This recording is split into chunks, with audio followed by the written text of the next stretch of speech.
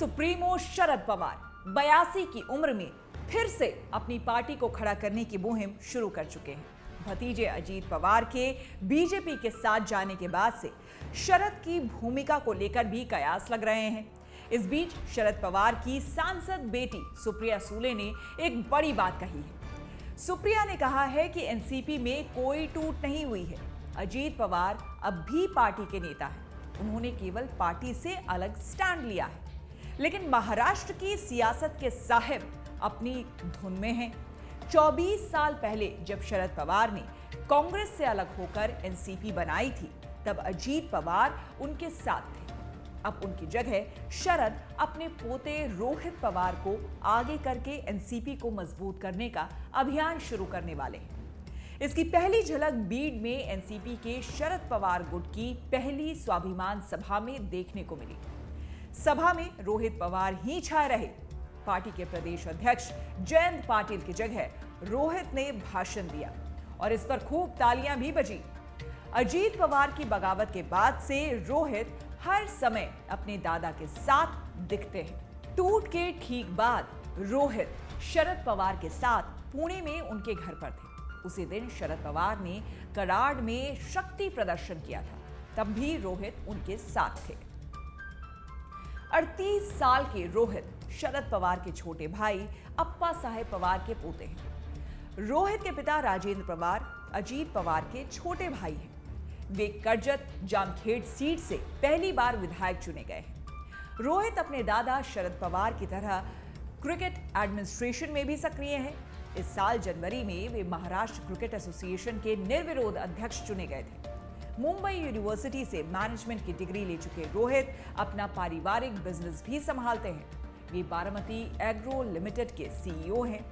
शरद पवार को अपना आदर्श मानने वाले रोहित ने 32 साल की उम्र में राजनीतिक करियर की शुरुआत की थी। 2017 में उन्होंने बारामती जिले की शिरसुफल गुनावाड़ी सीट से जिला परिषद का चुनाव लड़ा था और रिकॉर्ड वोट से जीते थे। शरद पवार के कहने पर ही जिला परिषद चुनाव में उन्हें उतारा गया था।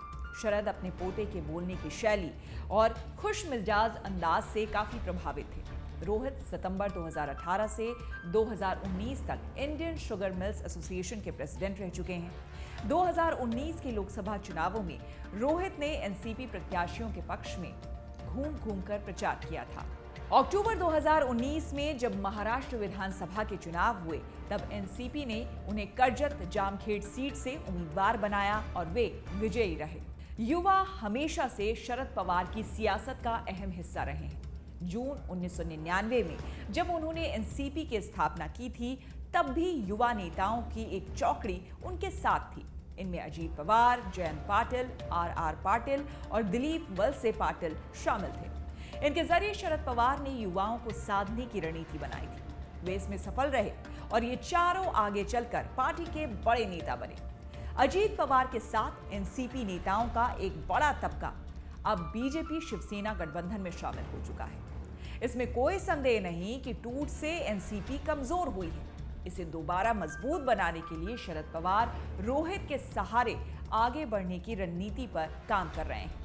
अच्छी बात यह है कि दादा शरद पवार के साथ सुप्रिया सूले भी रोहित पर भरोसा करती है। दरअसल शरद पवार अजीत पवार की जगह एक ऐसा व्यक्ति चाहते थे जो उनकी रणनीति को जमीन पर अंजाम दे, संगठन की जिम्मेदारी संभाले। रोहित उन्हें इस काम के लिए मुफीद लग रहे हैं। पार्टी नेताओं का मानना है कि रोहित पवार के जरिए शरद पवार 18 से 35 वर्ष के मतदाताओं को साधेंगे।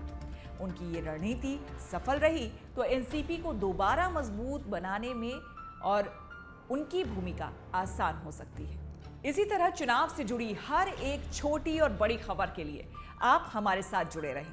अगर अभी तक आपने हमारे चैनल को सब्सक्राइब नहीं किया है तो चुनाव आज तक को अभी सब्सक्राइब करें और इस वीडियो को लाइक करें।